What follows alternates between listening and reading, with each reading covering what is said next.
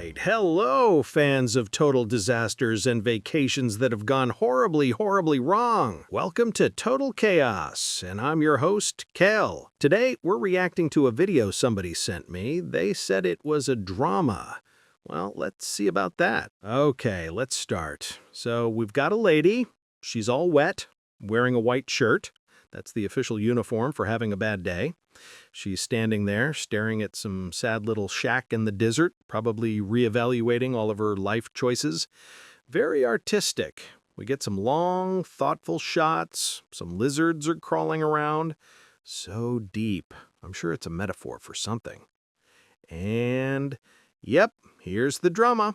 She's sitting in a dark room, and next to her is a chimpanzee. Of course it is. Why wouldn't it be? Everyone has their own weird roommate, I guess. He sees that she's sad, and he puts his hand on her shoulder. No way! He's hugging her! Look at this!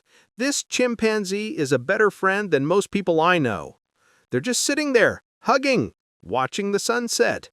It's kinda cute. Okay, hold on. Who's this guy? There's some dude hiding behind the rocks. That's creepy. Is he watching their hug session? Okay, they spotted him. And he's running. He just turns and runs away. All right. He saw a woman hugging a chimp and decided, nope, that's enough weirdness for me today. Wait, never mind. He wasn't just running away. He ran all the way to his village, gathered all his buddies, and was probably like, guys, you are not going to believe what I just saw. We need spears immediately. Are you serious? They assembled a whole squad to go deal with a woman and her monkey? What are they going to do? Challenge them to a fight?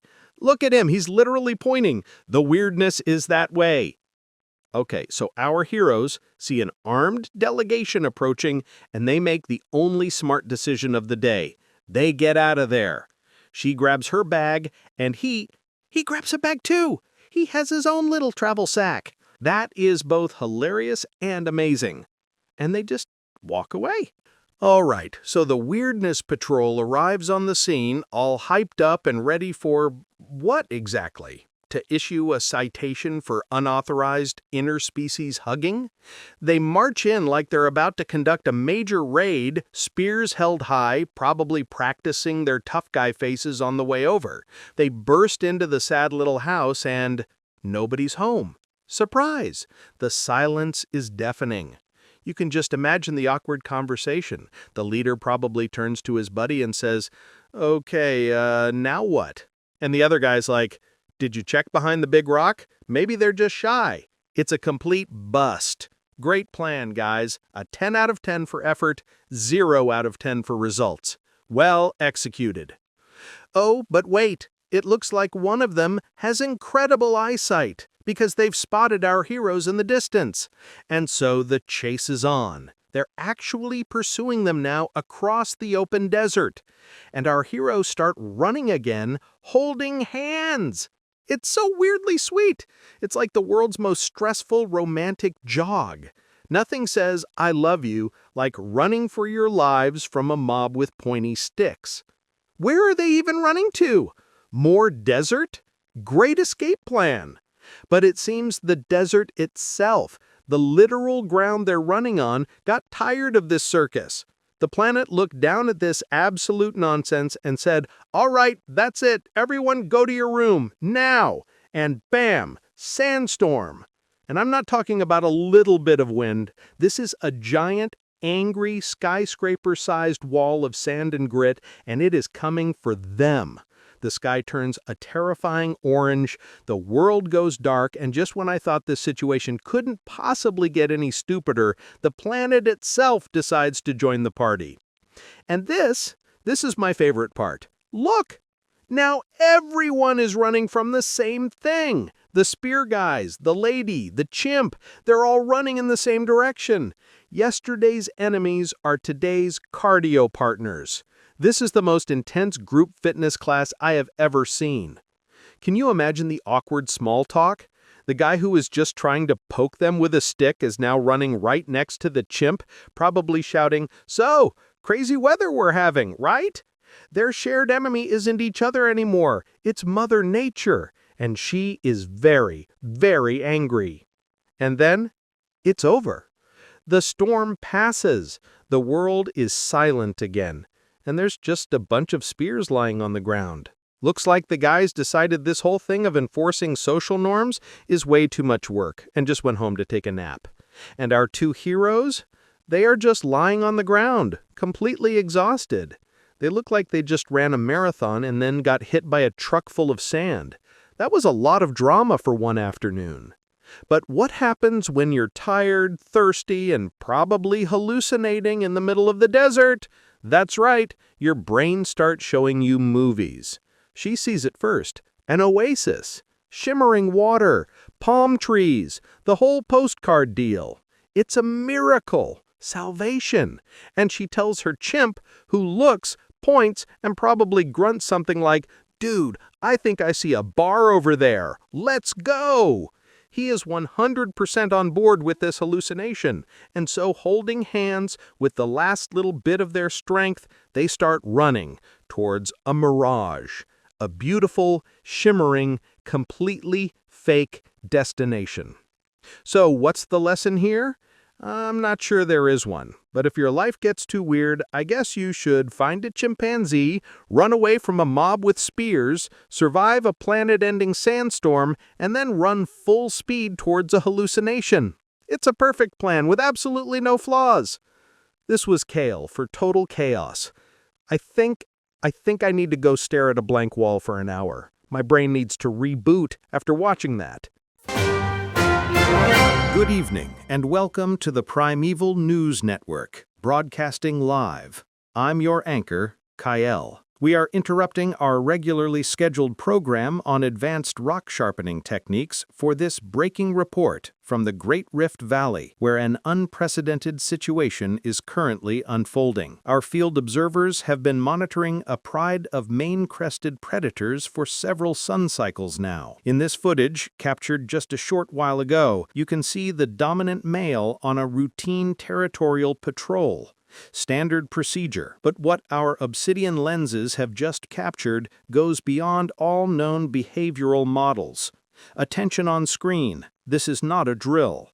We have a confirmed apex predator in immediate proximity to a hominid infant. The situation is extremely tense.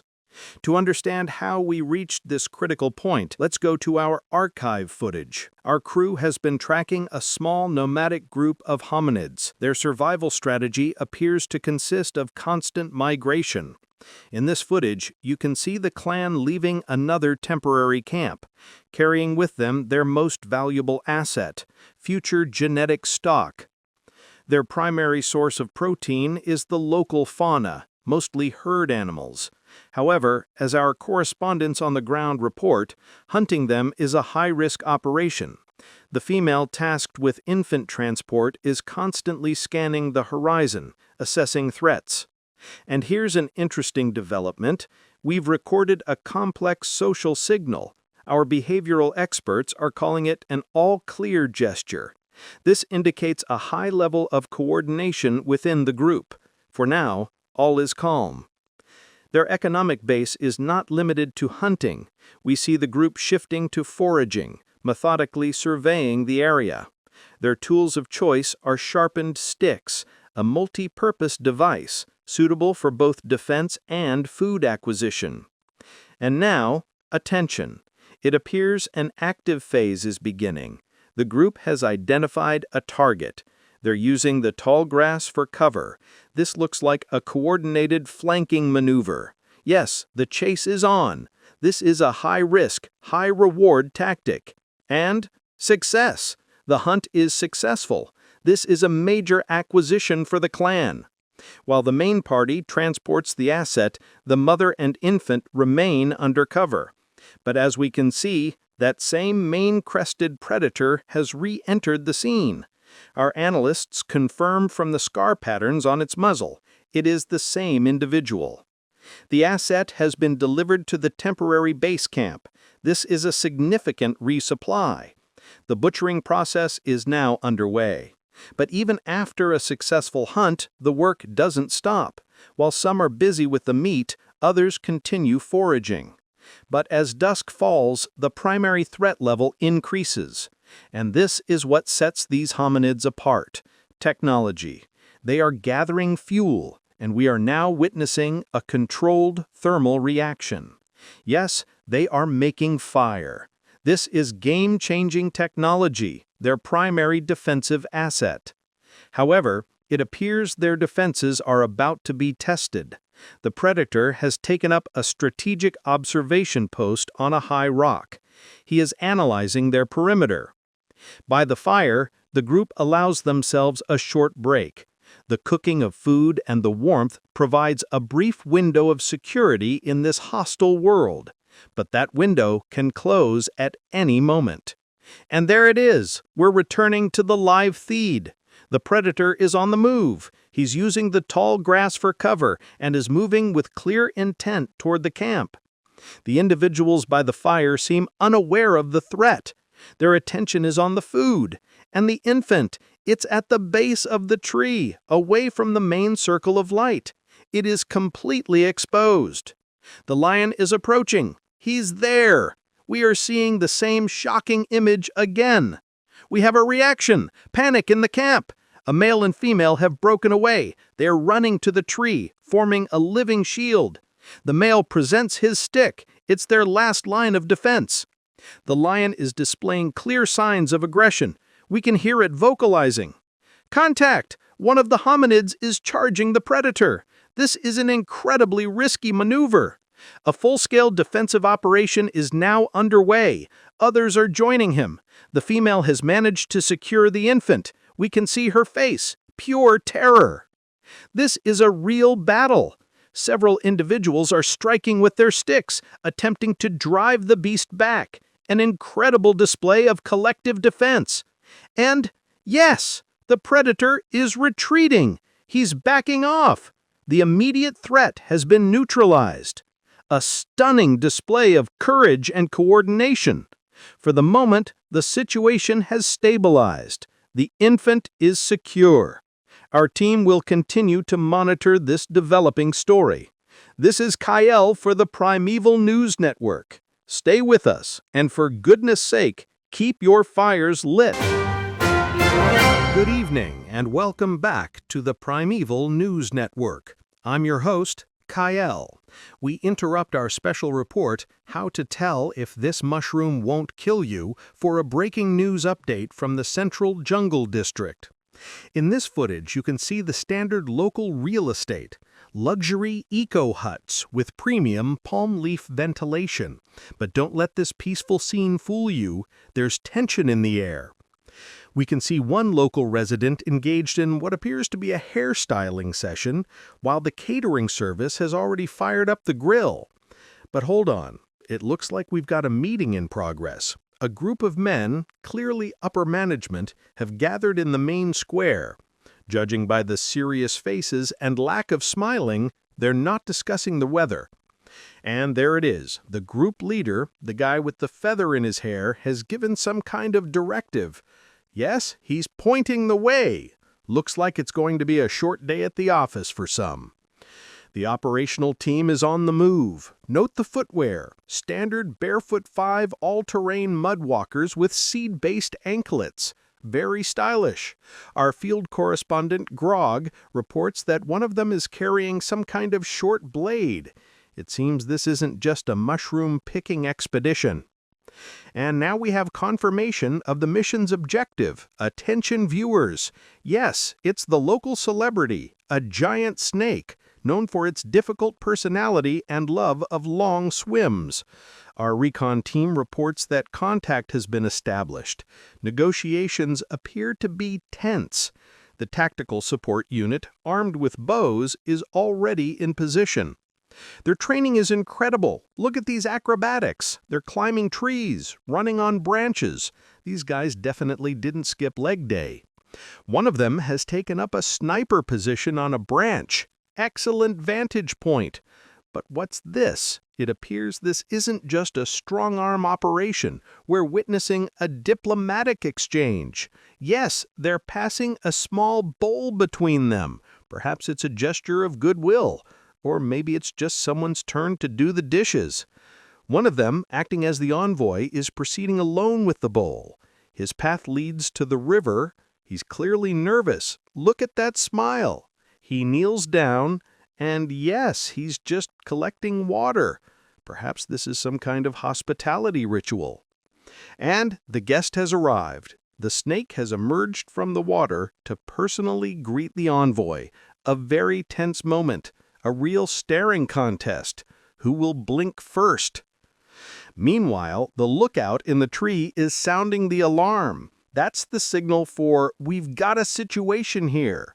And backup is on the way. They're running like they just missed out on the last piece of roasted mammoth. And just in time. Negotiations have failed. I repeat, negotiations have failed. We have a hostile takeover. The snake has decided diplomacy is boring and has moved on to hugging. The chief gives the order, and what we can only describe as active conflict resolution begins. It's absolute chaos. The whole team is in the water, trying to explain to the snake that this is not how you treat guests. It's a real river brawl. And there it is, the deciding argument, delivered in the form of a spear. The threat has been neutralized. Now for the interesting part. Logistics. How do you get this back to the village? Judging by their faces, nobody thought this far ahead. They're hoisting the carcass onto their shoulders. That looks heavy. The heroes return. They're met with applause and looks of disbelief. Now the butchering begins.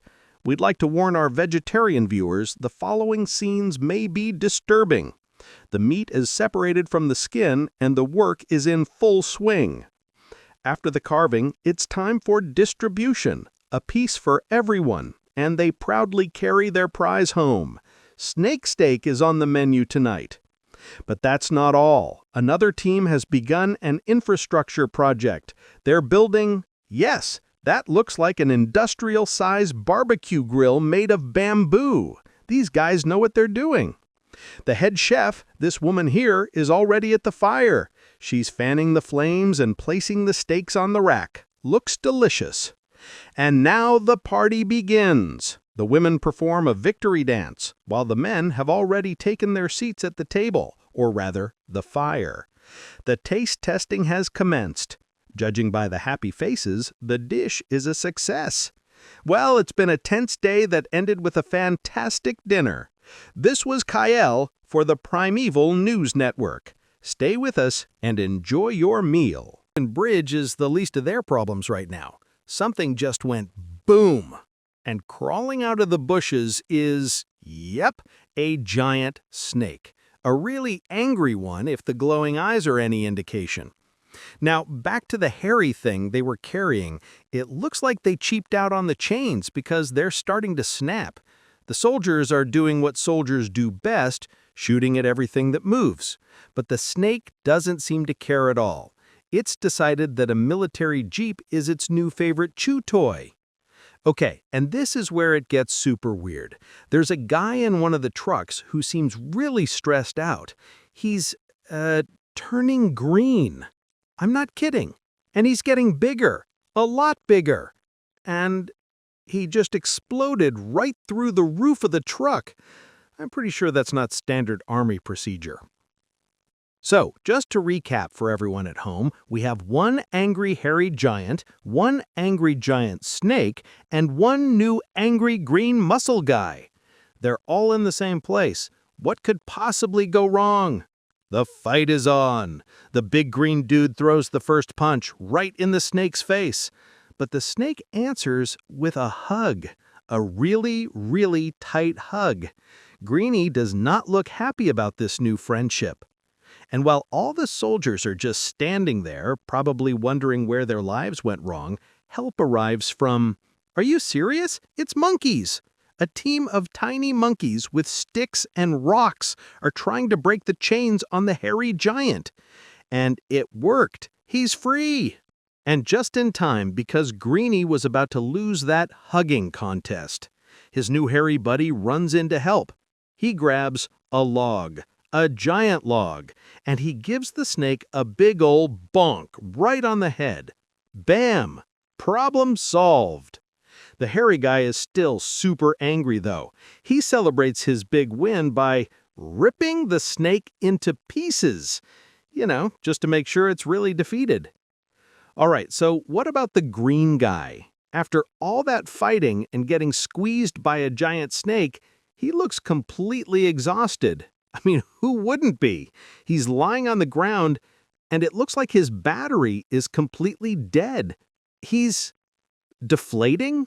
Yeah, he's shrinking like a big green, angry balloon that's run out of air. And in just a few seconds, he's back to being a normal person. A normal, very bruised person with completely torn pants. Seriously, that's a wardrobe malfunction of epic proportions. It's a very awkward moment for him.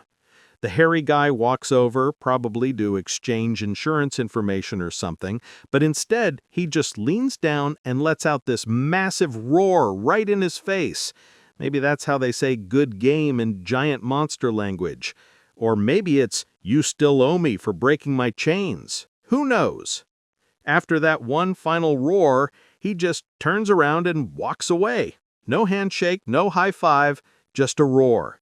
Very confusing team dynamic. And where's he going? Is he off for a nice quiet walk to cool down? Nope. He's decided to give the military a performance review on all their leftover equipment. And it is not a good review. He's kicking tanks like they're empty soda cans and smashing trucks just for fun. He is clearly leaving a 1-star Yelp review for this entire experience. The soldiers are doing a great job of running away. A tactical retreat, I'm sure. Meanwhile, somewhere back at headquarters, a general is watching all of this on a big screen and probably calculating how much all of this is going to cost. You can just see the vein popping in his forehead. That's the look of a man who knows he's not getting his Christmas bonus this year. After throwing a multi-million-dollar tantrum, our hairy hero decides it's time for a break, and his loyal support staff, the monkeys, are right there to help. They're climbing all over him, and look at that! One of them is giving him a drink from a folded leaf. That's better service than I get at most coffee shops. It's actually kind of sweet in a weird, chaotic sort of way. Meanwhile, the guy who used to be green is doing the walk of shame. He limps through all the wreckage and just walks up to the soldiers with his hands up. He has had enough for one day. They immediately take him away, probably to see a doctor, and then face a lot of angry questions. I bet that medical report is going to be a fascinating read. Patient complains of turning green and smashing a truck with his body. Back at headquarters, they are definitely not letting this go. They are now tracking the hairy giant with satellites. The general is looking at the screen with pure rage in his eyes. He is not happy. And it looks like he's getting ready for round 2. We're seeing helicopters being prepped, drones being armed, and even bigger tanks rolling out. This time, they're bringing bigger toys. And just when you thought it couldn't get any crazier, we get this final, shocking image sent to us, our hairy hero standing on a building in a city. This has been Kyle for the Mayhem Report. Take care of yourselves. And maybe, just to be safe, stay out of the jungle and the city for a while. Good luck out there. Hello, giant monster fans and lovers of terrible ideas. You're watching Total Chaos, the only show that looks at a disaster and says, could have been worse. I'm your tour guide to the apocalypse, Kyle. And on the menu tonight, a brilliant plan from our military masterminds that I swear they came up with at an office party. Okay, so the setup is this. There's a weird whirlpool in the ocean. As you do. But it turns out living inside this whirlpool is a giant lizard with atomic breath. Let's call him Godzi. He's a local, and judging by the number of bones at the bottom of the ocean, he really hates it when people mess up his yard. And what's the genius plan from our top strategists? We have a giant lizard problem. You know what we're missing? That's right, a giant monkey. And they actually did it. They brought a massive ape on an aircraft carrier. They chained him up like a bicycle outside a convenience store, probably so nobody would steal him. I guarantee you, this guy with the binoculars was like, "Yep, this is gonna work. I feel it." But Godzi, our lizard introvert, was not a fan of his noisy new neighbors. He's like, "Excuse me, I'm trying to nap here," and starts charging up his laser beam. The ocean immediately turns into a bloody party for the sharks. On the ship, everyone is panicking, soldiers are running around, an officer is yelling into a radio, "Abort the brilliant plan! I repeat, switch to the we're all gonna die plan!" And the ape, let's call him Kong, is roaring back, probably complaining about the terrible in-flight service. And now for the fireworks. The battleships open fire. Pew pew, ba-boom! Godzi takes all these shells to the face and is basically like, "That tickles." Missiles? Ooh, a massage, thank you. And in return, he just spits a giant blue laser beam. And you know where he spits that giant blue laser beam? Not at the sky, not at a cloud. He spits it right into one of the battleships. And kaboom! The entire thing just turns into the world's most expensive fireworks display. That's $1 billion of your money, by the way, just gone. Poof! The soldiers on the deck of the other ships are probably looking at each other thinking, "So, are we still getting paid for this? Does hazard pay cover giant laser lizards?" But here comes the best part, the absolute peak of this whole terrible plan. Godzi, who clearly needs glasses, is trying to aim his laser at Kong. His aim is terrible. He's wobbling all over the place, and he hits the chains, the very chains holding Kong down. Do you understand the sheer, magnificent stupidity of this moment? He freed his own enemy. That's like trying to get a spider out of your house by burning the entire house down. It is 5-star galaxy brain genius right there. The soldiers on the deck just freeze. Their jaws are on the floor. You can practically read the thoughts on their faces. I knew it. I knew this was a dumb idea from the moment they said giant monkey. I should have stayed home today. And so Kong is free. He stands up, shakes off the broken metal like it's party confetti, cracks his giant knuckles, and just looks at Godzi. Godzi stops shooting and looks back at him. And the entire Navy, what's left of it, just stops firing and watches.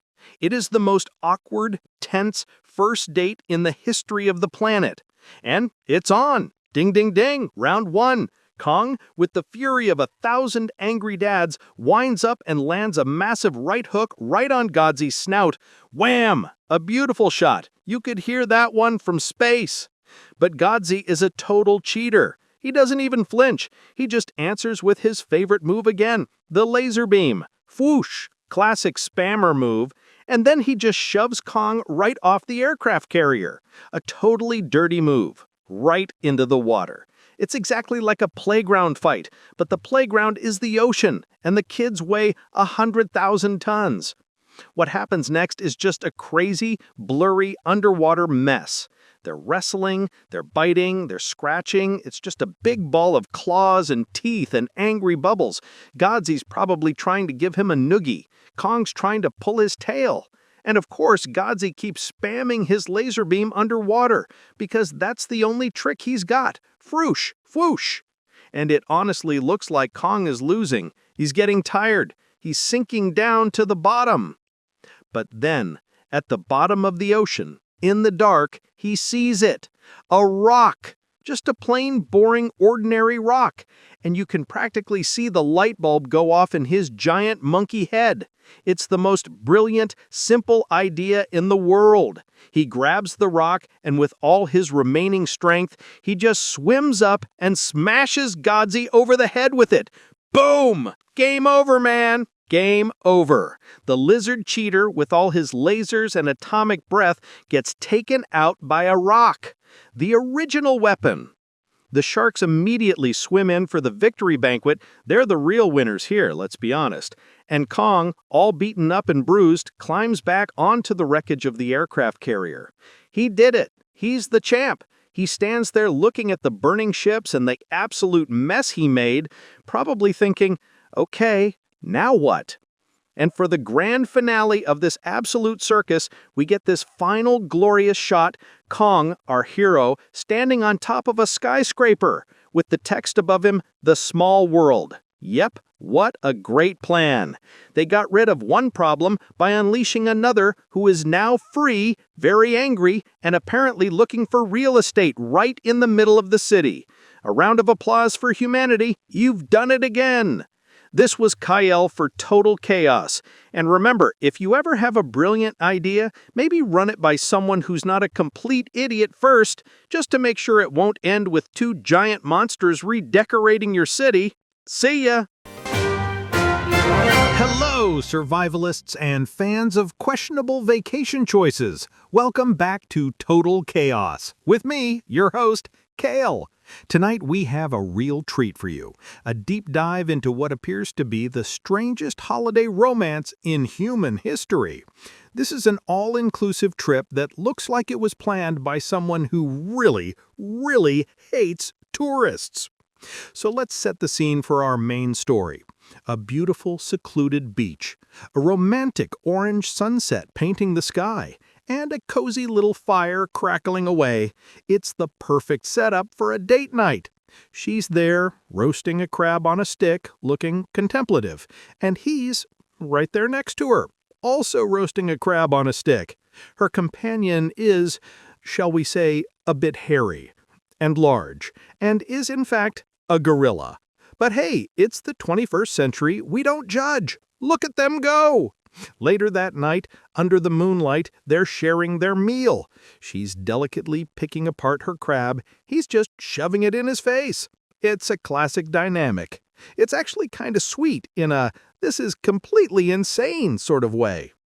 She looks at an empty crab shell with a deep, thoughtful expression, probably wondering if she should have ordered the lobster instead. But the big question is, how did this bizarre but beautiful relationship begin? How did they get here?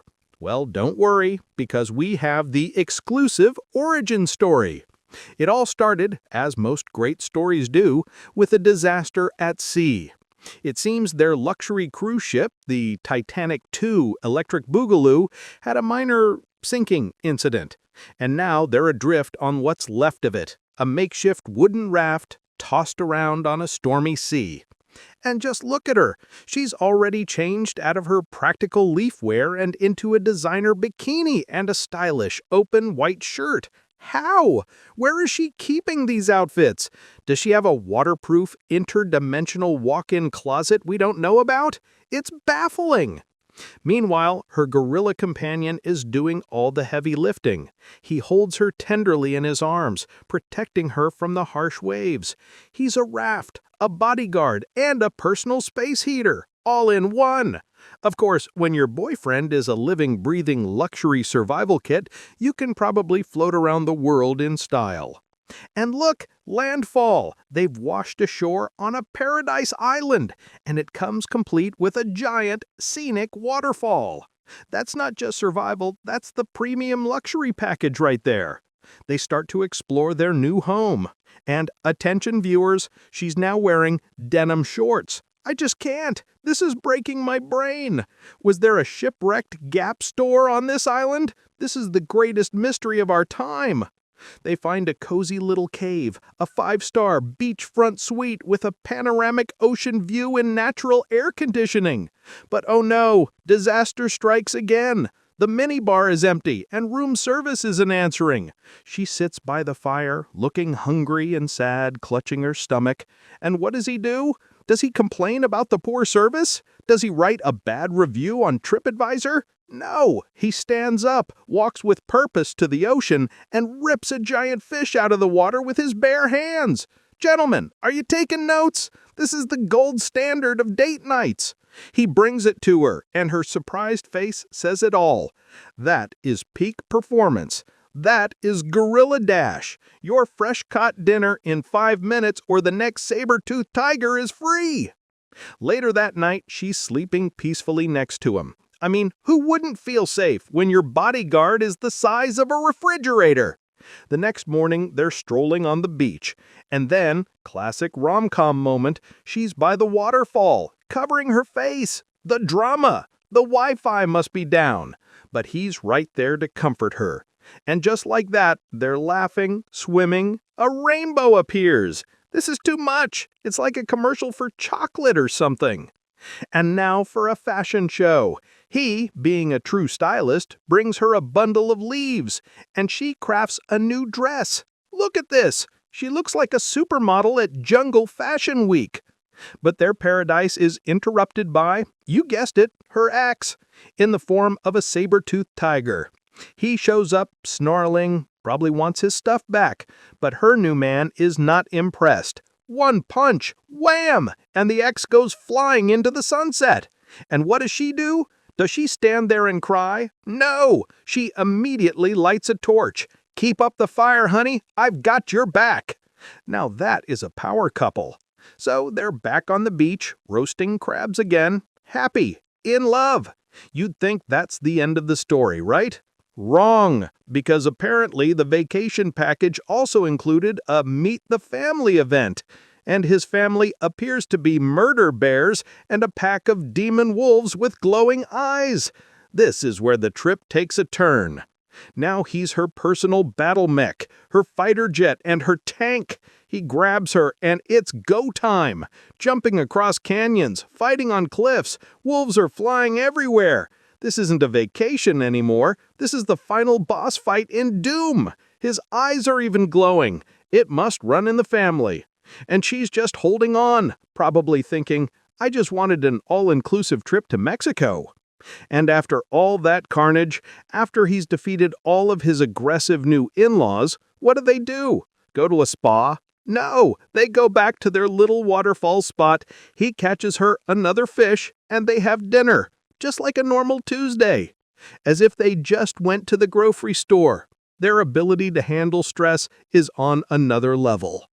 So, if your vacation doesn't include battling demon wolves on the back of a gorilla, did you even take a vacation? This has been Kale, and remember, always read the fine print in travel contracts. Sometimes, getting to know the local wildlife means exactly that.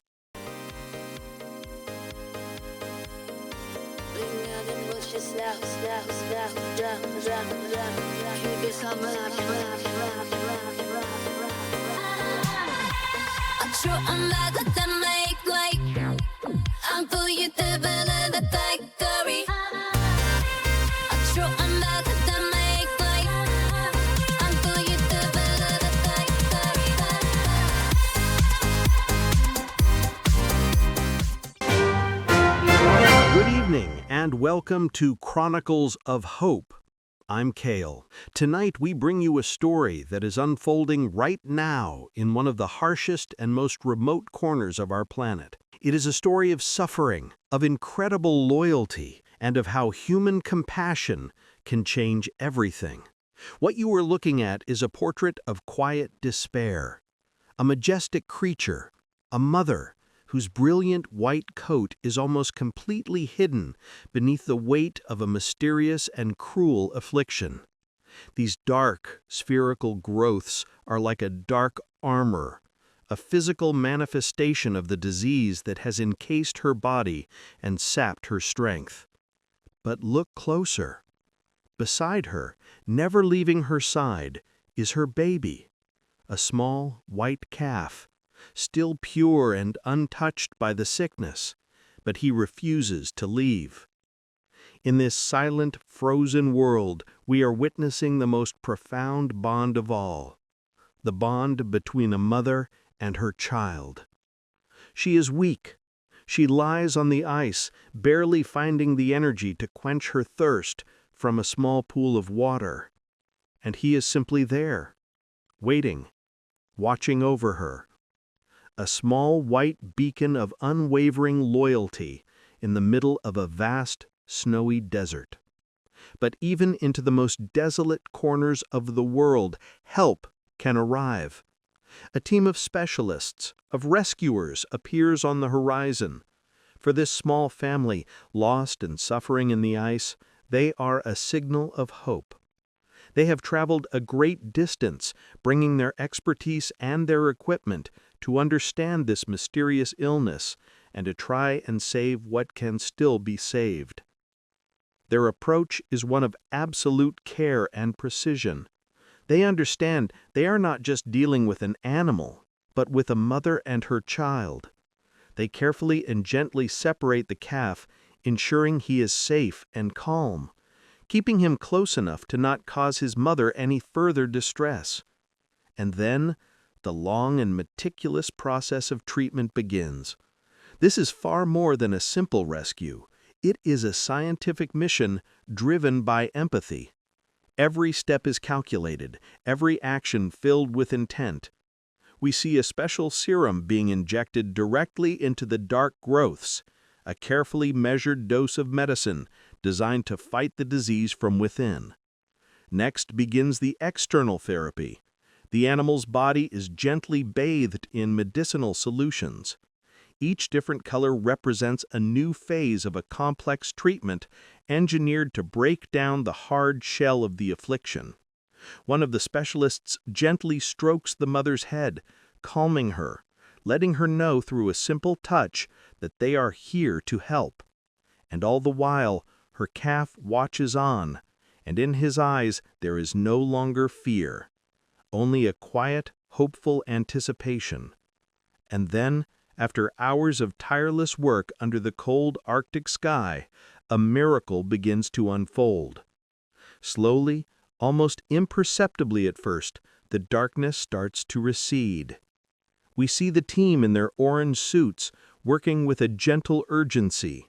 They are using special brushes, their movements careful yet firm, to dislodge the now softened growths. After each section is cleared, they apply another solution, this one a cleansing agent, washing away the last remnants of the disease. And with each pass, we see it, her pure, brilliant white fur emerging from beneath the dark prison that had held her captive for so long. It is an incredibly laborious process, a testament to human patience and dedication. Every square inch of her coat that is finally freed feels like a small but profound victory, not just for the animal, but for the very idea of hope itself. While the physical treatment continues, another critical mission is underway. The scientists carefully collect samples of the hardened growths, placing them in sterile containers. Their mission extends far beyond this single suffering animal. They seek not just to cure this mother, but to understand the very nature of her affliction. They will take these samples back to their labs, analyze their composition, and unlock their secrets. They are driven by a deeper purpose, to find a way to prevent tragedies like this from ever happening again, to protect this species for generations to come. The care the team shows is evident in every single detail, in every quiet action. They notice the small calf shivering from the long, anxious wait in the biting cold. Without a word, one of the rescuers retrieves a thick, warm blanket and gently drapes it over the little one. It's a small gesture, but it speaks volumes. For the mother, weakened and exhausted from the long procedures, they have a special healing ointment. They gently apply it to the raw patches of skin where the growths were removed, soothing her pain and aiding her recovery. Her entire body is carefully cleaned, not just as a medical necessity, but as an act of restoring the dignity that the disease had stolen from her. And now, the final stage of this incredible field operation. The team brings out a specially designed support harness. These are not chains of restraint. There is no force here, only support. They fit it carefully around the recovering mother's body. This is a system of care engineered to help lift and transport her and her precious baby safely and comfortably. Their long ordeal in this cold, desolate wasteland is almost over. Soon they will be on their way to a dedicated rehabilitation center, a sanctuary where their journey to full recovery can be completed under constant, watchful care. Look at this final, powerful scene. The rescue team, their work here done, walking alongside the family they have saved. Together, they move as one towards the waiting helicopter. They are leaving this cold, desolate prison of ice and illness behind. They are walking together towards a new, healthy, and hopeful life. This is a story that reminds us that even in the most silent, remote, and frozen parts of our world, there is always room for warmth, for compassion, and for hope. It is a powerful testament to the idea that science, when guided by a kind and determined heart, can truly perform miracles. I'm Kale. Cherish our amazing world and all the incredible beings we share it with.